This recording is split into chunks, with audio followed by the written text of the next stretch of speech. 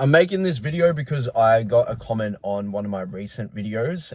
One of them was more lean videos, and another comment was, have you stopped running? And if you were a follower of this channel prior to when I started uploading all these new lean videos and relationship advice videos and kind of just like what I've learned through my progress and growth, I was uploading videos on running marathons. And so this video is going to be about why I stopped training and running marathons, because I got to the point of running ultra marathons, and my goal was to run 100 kilometers from Melbourne to Geelong, and I ended up reaching a 60-kilometer run that I ran within 6 hours. So it was pretty much 10 kilometers every hour. And I ran over 5 or 6 marathons in the span of around 8 months. And so the reason that I stopped running at the time was because I didn't feel like I no longer needed it. Let's start with the reason why I first started running. The reason that I first started running was because at the time I was going through my sobriety. I was replacing all the things that I was taking with other things. And I remember at the time I was replacing substance with getting into relationships. And then once I no longer wanted to chase external validation through relationships, I still needed that dopamine release. And I didn't know how to control that yet. And I found the best way to get that release was through running. I got like a real natural high, and it felt like a whole body high that would last sometimes for like 24 hours, depending on how long the run went for. But like everything, if it's not done in moderation and it's done exceeding limits, it can be very detrimental. And with running, it was actually detrimental very quickly to my physical health. And training for those long distances and running those long distances is not sustainable, because the impact that you are getting on your joints, like the whole goal of health and fitness is for longevity.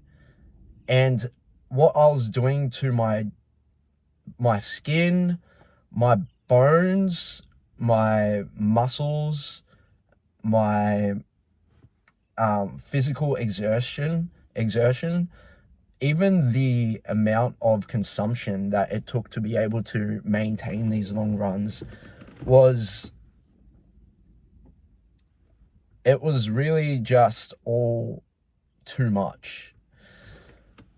So what was happening during these runs, I was getting these huge, big blood blisters at the bottom of my feet that would stay there for like weeks. And sometimes these blood blisters would pop in my sock and my whole shoe would be covered in blood.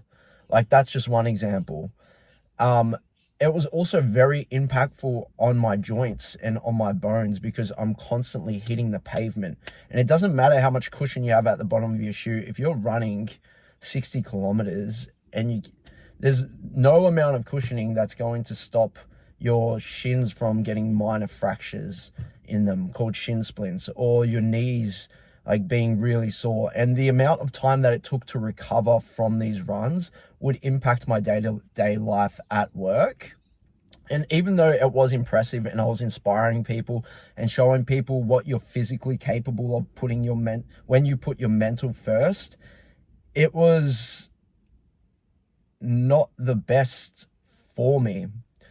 But at the time, I'll get to why I quit at the time. Because after I ran that 60 kilometers, I psychologically knew I've got the 100 kilometers. I can easily do it. Like, I know 100% that I can do it. It's going to hurt though. And it may cause an injury. And I thought to myself, why am I doing this? Is it because I told a whole bunch of people on the internet that I'm doing it? Is it because everyone at work is expecting me to do this now? Like, why? I looked inside myself, like, why do I really want to do this? And like, I made this big thing about it, about like, I'm doing it for my sobriety. And then I found God, actually. And I literally just got this download that said, you don't need to do this for me. No, the download said, you need to not do this for me. And so it was more of an ego remover than anything. It was like saying, let go, because this does not define you. And at the time, I felt like it was defining me. Everyone knew me as that guy that ran really long distances. Even I was starting to get notoriety again in my local area, because I swear, when I go in on something, I go all in. And people are usually impressed by my mental fortitude in like whatever it is that I'm doing. I remember I was like, at the time I didn't have a car, and I was getting on like public transport and buses and things, and I had like school kids come up to me being like, are you that guy that ran from here to here? And I'm like, yeah. And I always got the same question, like, how did you get back? It's like, yeah. But anyway, so I quit running, and that was a huge relief, if anything, because I no longer had to utilize so much time in training. And what I found also is that I also, like, I wanted to have a good body, and I thought that, like, when you run, you just naturally get abs, and, you know, you look muscular. But for long distance runners, well, what I found with myself, I went on the internet and I'm like, I need help. I don't know what to eat. Like, I need a literal structured meal plan, and nobody, because there's a small percentage amount of people would run that type of distance. So I didn't get any help with nutrition. And what I found was, because I was burning so many calories in a run, for example, I'd go out on a Sunday and do a marathon, I'd burn like 3,000 calories. And then straight after that run, I'd be so nutrient deficient and so hungry that I would eat so much and never feel full. And that started becoming part of like an addiction to running, is that if I run, I can just eat whatever I want. And what I had found is that it was so unhealthy, because my body wasn't building muscle. I feel like my body was burning muscle and holding on to fat. And I wasn't like, honestly, I wasn't confident with the way that my body, number one, looked, but also felt. So the whole thing just was was not good for me. And so when I took a step back from running, I stopped running, but the habit stayed. And I put on so much weight. I put on around 12 kilos of just body fat, because I was so used to eating so much, and my body and my mind were still sending signals that it's hungry, even though it didn't need the food, because there was nothing to repair. And because my body was getting so damaged while I was running, it needed so much sleep and food, and I wasn't regulating sleep at the time as well. I'd wake up really early for these long runs. And so my body was signaling that it still needed to be repaired. And I'm glad that I got out of running. It's such a toxic sport. Like, it's very ego driven. Like, you go for long distances, and also within the long distances, you're also trying to keep up a pace to set records of how fast you can get there. And it's like, what's the point? Like, okay, it's good to have goals, but when it's impacting your body so hard, like, why are you doing it?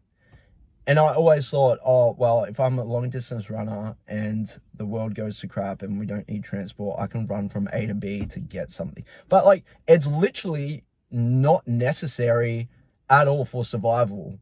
Like, at all. You don't need to run. Like, as humans, like, it's better to walk. And that's what I've found out through my new journey of stepping into building muscle and getting lean, is that cardio shouldn't be anything that is like crazy. Shouldn't be impactful on your body, because the focus is on rebuilding the muscles that you're isolating through weightlifting, and not repairing minor tears in muscles from running or cycling or anything like that. So it's like focused repair. So I've found the exact opposite with what I'm doing now compared to what running was doing for me, because I was literally running myself into the ground, so to speak. But now with weightlifting, it supports bone density. It builds stronger muscle, so which is great for everything. And as you drop body fat, you're increasing testosterone. You can actually be on a set diet with food and track your calories without burning so much calories that you have to replace it. So it's also cheaper financially. Yeah, so with getting lean, there's consistency and there's no record setting. There are tracking your PRs and PBs and progressive overloading, but it's not pushing your body to something that it can't handle, such as like doing a long run. It doesn't matter how many times or how long you train for a 100-kilometer run. That 100-kilometer run is going to be, you're going to face a lot of things going on in your body and a long time to repair, compared to a gym session that only takes 24 hours to repair the muscle, sometimes even less, if you're eating correctly. So yeah, this is the video of like why I stopped running and like why I'm actually against it now. Like, okay, you go for a 5-kilometer run just like to get your heart pumping and your blood flowing and to feel healthy. That's fair, but long distance running is completely unnecessary and actually detrimental to physical health. Actually, like, it was detrimental to my mental health because it ended up just being another vice of how far I can push it. Just like how when I used to drink, like, I wanted to go for as long as I possibly could with no consideration to the way my body's going to feel during it repairing and that come down. So yeah, if you're a long distance runner and you were a subscriber to this channel and you have some questions, or just like you're trying to figure out like what direction you want to go into or how I like got through things, reach out to me. Would love to have a chat with you. Also, I'm going to upload soon more videos on getting lean and eat and sleep and workouts as well, and the splits. So if that's something you're interested in, let me know. Or if you have any other topics, let me know down in the comments, because I'm actually reading your comments and I'm actually listening. So yeah, that was yeah, my answer to why I stopped running and why I started putting more focus into the gym.